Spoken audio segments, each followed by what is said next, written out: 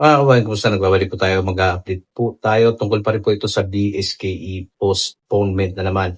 Mainit na naman ang balitang ito, postponement. At sabi nga po ng Senador Ivy Marcos na mas maiging i-postpone na naman ang BSKE na sana'y nakatakda sa November 2, 2026. Yung pondo ay mas mabuting gamitin na lang daw po sa pangangailangan or kakapusan kasi nga krisis po tayo. Sabi naman ni Senator Lacson ay meron pong tamang pamamaraan sa pag-postpone. Kung gustong i-postpone, pwede yun. Pero yung pondo, hindi pwedeng gamitin. Ibabalik yan sa kabalang yaman. Kasi nga magiging unconstitutional sapagkat ang pondo para sa BSKE ay nasa ibatas na at allocated na po para doon. So anong mangyayari dito? Siyempre, aamyendahan nila. Aamyendahan naman ng itong mga mambubutas, mambabatas. Alam niyo, ito pong mga mambabatas, sila gumagawa ng batas. Kapag nagawa ng isang batas, no, kapag gusto naman nilang baguhin ay, yun na hawak kasi nila ang diamante. No, kahit batas na yan, pwede pa rin po nilang baguhin yan. Kung meron silang masisilip na dahilan o paraan para na naman ang isang batas. Katulad dito sa batas, RA 12232, nakatakda nga November 2 ginagamit o gagamitin nila itong krisis. Kung titignan naman natin, medyo nagiging mabuti na. Umaayon na ang sitwasyon sa maayos. Medyo bumaba ng konti ang gasolina, siyempre. At medyo hindi na gano'ng kalala yung gera. Meron pa rin pero hindi katulad ng unan. So magiging mabuti. Lilipas pa ang ilang buwan at sana matiyak na talagang yung krisis ay hindi na masasabing totally talagang krisis na krisis.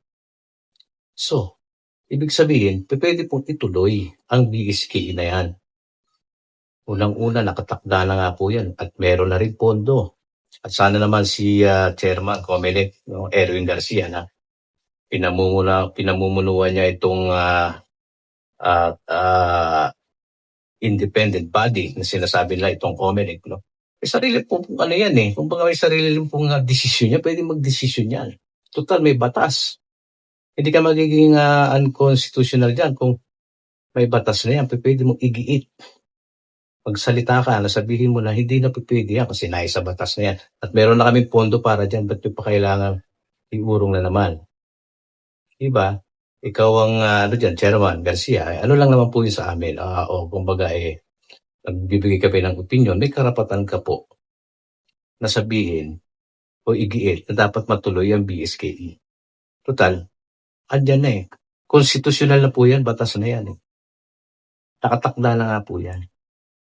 So, pwede mo pong igiit yun. Ngayon, kahit meron po mga mambabatas dyan, siyempre, gagamitin na naman nila itong BSKE para sa kanila. Maganda nga ba ang hangarin o pansariling hangarin?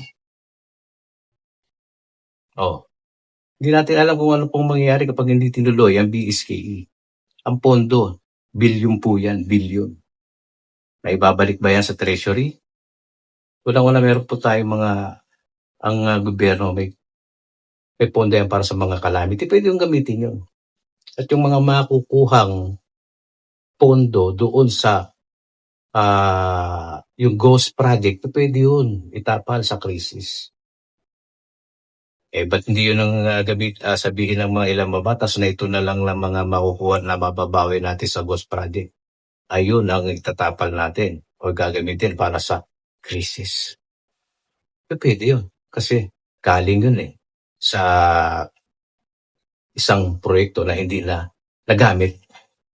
No? Pwede yun. Magiging constitutional pa yan. Kaysa yung isang allocated fund na sa batas na, ba't yung pa yung pag-iinitan? Sabi ko nga, at meron din namang crisis fund. Pwede din naman dun humugot. Bakit kailangan pa yung isang pondo na nandun na? Nakalaan na. Ba't yung pa yung pakikialaman? Ang ikakatuwa nila kasi, ganito lang, no? Gustong makatipid. Maraming pong paraan para makatipid talaga. No? Kung gusto nyo makatipid, huwag na po kayong mag-BSKE. I-abolish nyo na lang yan. Gusto niyo makatipid, ganun ang gawin niyo. Wala ng DSKE, wala ng SK. Isa pa yung SK na yan nagiging ugat pa yan ng korupsyon Kaya magagalit Totoo yun, sinasabi ko. SK, nagiging ugat pa yan. Kung saan diyan pa nag-uumpisa buhay Di ko kayo nilalahat. Pero totoo yung sinasabi ko sa inyo. Kung gusto niyo magtipid, i-abolish ang BSK. Opinyon ko lang. Hayaan na lang ang pamamahala sa city. Diba? Di mas tipid. Yung lahat ng mamamahala dyan, di magagaling din sa city. So, mas malaki matitipid. Katulad niya, kung walang BSK, di yung bilyon na sinasabi dyan, di mas papaganda pa, mas makakapag-ayuda pa. Ganun ang gusto magtipid. Di ba? Ito kasi, andyan na yan ano ba? Natural, mambabatas, ako po ang mga congressman, sila yung pagkakaisip ng paraan para gumawa ng batas, pakikialaman pa yung isang batas na okay na.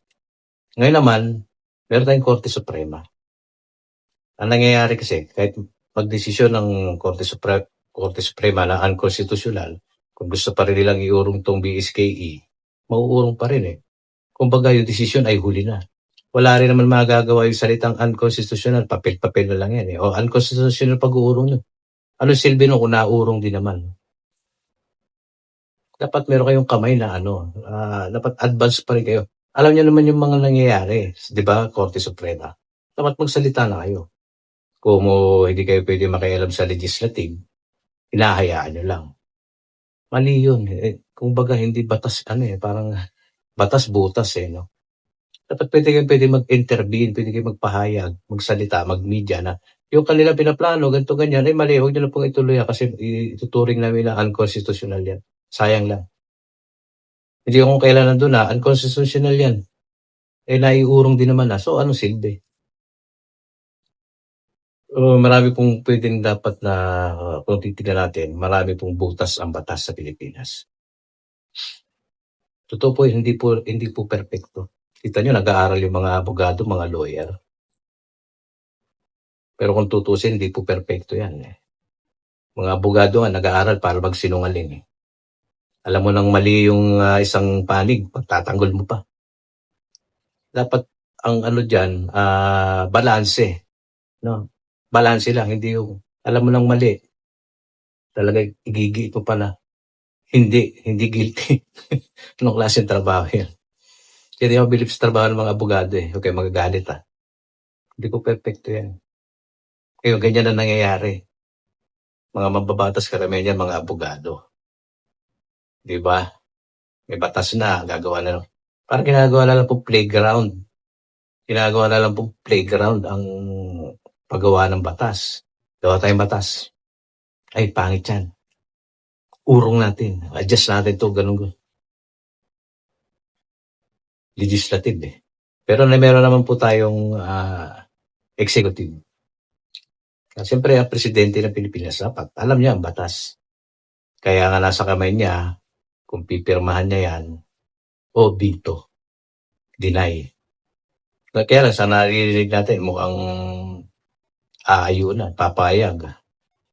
Aayon ang Office of the President na sa BSK postponement kasi nga, crisis.